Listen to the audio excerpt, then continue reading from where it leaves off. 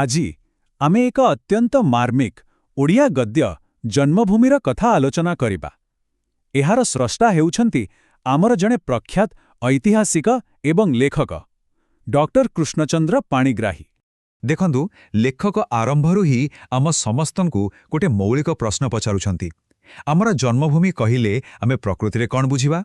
ଏ ପୂରା ପୃଥିବୀଟା, ନା ଆମ ମହାଦେଶ, କି ଆମ ଦେଶ, ନା ଏହାଠୁ ଆହୁରି କିଛି ନିଜର, ଆହୁରି ପାଖର କିଛି? ଡକ୍ଟର ପାଣିଗ୍ରାହୀଙ୍କ ପାଇଁ ଏହାର ଉତ୍ତର ପୂରାପୂରି ସ୍ପଷ୍ଟ। ତାଙ୍କର ଜନ୍ମଭୂମି କହିଲେ ସେହି ଛୋଟିଆ ଗାଁ, ଯାହାର ମାଟିରେ ସେ ପ୍ରଥମ ଥର ପାଇଁ ପାଦ ରଖିଥିଲେ ଆଉ ଯାହାର ପାଣି ପବନରେ ବଢ଼ିଥିଲେ। କିନ୍ତୁ ସମୟ ସବୁବେଳେ ସମାନ ରୁହେ ନା, ନୁହେଁ କି? ଲେଖକ ଏକ ଗଭୀର କଷ୍ଟର ସହ ଅନୁଭବ କରୁଛନ୍ତି ଯେ ସେହି ପ୍ରିୟ ଗାଁଠାରୁ ତାଙ୍କର ଗୋଟେ ଅଜଣା ଦୂରତା ସୃଷ୍ଟି ହୋଇଯାଇଛି। ସେ ନିଜକୁ ଏବେ ସମୟ ସ୍ରୋତରେ ଭାସୁଥିବା ଗୋଟେ ଅସହାୟ କୁଟାଖଣ୍ଡ ପରି ମନେ କରୁଛନ୍ତି। ଆଉ ଜାଣନ୍ତି, ଏଇଟା ଖାଲି ଲେଖକଙ୍କର ନିଜସ୍ୱ ଅନୁଭୂତି ନୁହେଁ, ବରଂ ଏହା ସେହି ସମୟର ସବୁ ଶିକ୍ଷିତ ବର୍ଗଙ୍କ ପାଇଁ ଏକ ସତ୍ୟ। ସେ ଏହାକୁ ଶିକ୍ଷିତ ନିର୍ବାସିତ ବୋଲି କହିଛନ୍ତି। ଚାଲନ୍ତୁ, ଏହି ଶବ୍ଦ ଭିତରେ ଥିବା ଗଭୀର ଅର୍ଥକୁ ଟିକେ ବୁଝିବା। ଲେଖକଙ୍କ ମତରେ ଶିକ୍ଷା ଆମର ଗୋଟେ ପ୍ରକାରର ପୁନର୍ଜନ୍ମ କରାଇଥାଏ। ଆଉ ଏହି ନୂଆ ଜନ୍ମ ପରେ ଆମର ପରିଚୟ, ଚାଲିଚଳନ ଏତେ ବଦଳିଯାଏ ଯେ ଆମ ପାଇଁ ସେହି ପୁରୁଣା ଗାଁ ଜୀବନକୁ ଫେରିବା ପ୍ରାୟ ଅସମ୍ଭବ ହୋଇପଡ଼େ। ଲେଖକ ଏଠି ଗୋଟେ ବହୁତ ଶକ୍ତ ତୁଳନା କରିଛନ୍ତି। ଟିକେ ଭାବି ଦେଖନ୍ତୁ, ସେ କହୁଛନ୍ତି ଏହି ପରିବର୍ତ୍ତନ ଠିକ୍ ସେମିତି ଯେମିତି ଜଣେ ଧର୍ମ ପରିବର୍ତ୍ତନ କରିଥିବା ବ୍ୟକ୍ତି ନିଜର ନାଁ, ଭାଷା, ପୋଷାକ ସବୁକିଛି ବଦଳାଇ ଦିଏ, ଶେଷରେ ନିଜର ମୂଳ ପରିଚୟକୁ ବି ଭୁଲିଯାଏ। ହଉ, ତେବେ ଯେତେବେଳେ ଏହି ନୂଆ ଜନ୍ମ ପାଇଥିବା ଶିକ୍ଷିତ ମଣିଷଟା ନିଜ ଗାଁକୁ ଫେରେ, ସେତେବେଳେ କ'ଣ ହୁଏ? ସେ ଅନୁଭବ କରେ ଯେ ସେ ନିଜ ଘରେ ହିଁ ଜଣେ ଅଛିନା ଲୋକ ପାଲଟି ଯାଇଛି। ଆଉ ଏହି ଯେଉଁ ଦୂରତା କଥା ଆମେ କହୁଛୁ, ତାକୁ ବୁଝିବା ପାଇଁ ସବୁଠୁ ଭଲ ଉଦାହରଣ ହେଉଛି ଭାଷାରେ ଆସୁଥିବା ପରିବର୍ତ୍ତନ।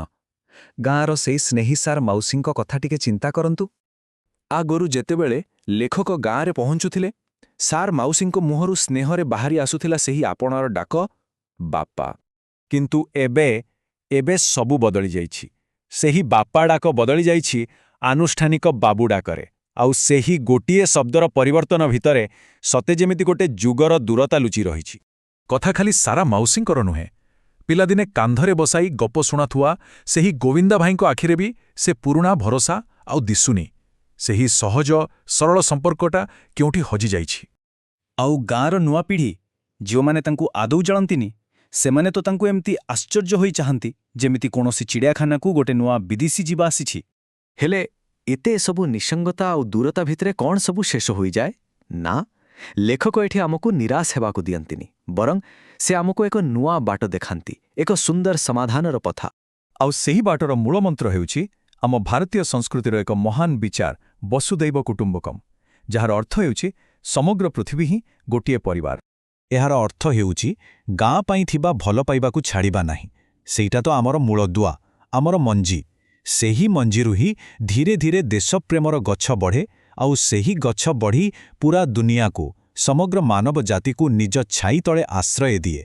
ତେଣୁ ପ୍ରକୃତ କଥାଟା କେବଳ ଗୋଟିଏ ସ୍ଥାନକୁ ଫେରିଯିବା ନୁହେଁ। ପ୍ରକୃତ କଥା ହେଉଛି ନିଜ ହୃଦୟକୁ ଏତେ ବିଶାଳ କରିବା ଯେ ସାରା ଦୁନିଆ ହିଁ ଆମ ପାଇଁ ନିଜ ଘର ପରି ଲାଗିବ। ଡକ୍ଟର ପାଣିଗ୍ରାହୀ ଏହି କଥା ବହୁତ ବର୍ଷ ତଳେ ଲେଖିଥିଲେ, କିନ୍ତୁ ଆଜିର ଦୁନିଆ ପାଇଁ ଏହା ବୋଧହୁଏ ଆହୁରି ଅଧିକ ପ୍ରାସଙ୍ଗିକ। ଏହା ଆମ ସମସ୍ତଙ୍କ ପାଇଁ ଗୋଟେ ବଡ଼ ପ୍ରଶ୍ନ ଛାଡ଼ି ଯାଉଛି। ଆମେ ନିଜ ଚେରକୁ ସମ୍ମାନ ଦେବା ସହିତ ପୂରା ବିଶ୍ୱକୁ କିପରି ଆପଣେଇ ପାରିବା?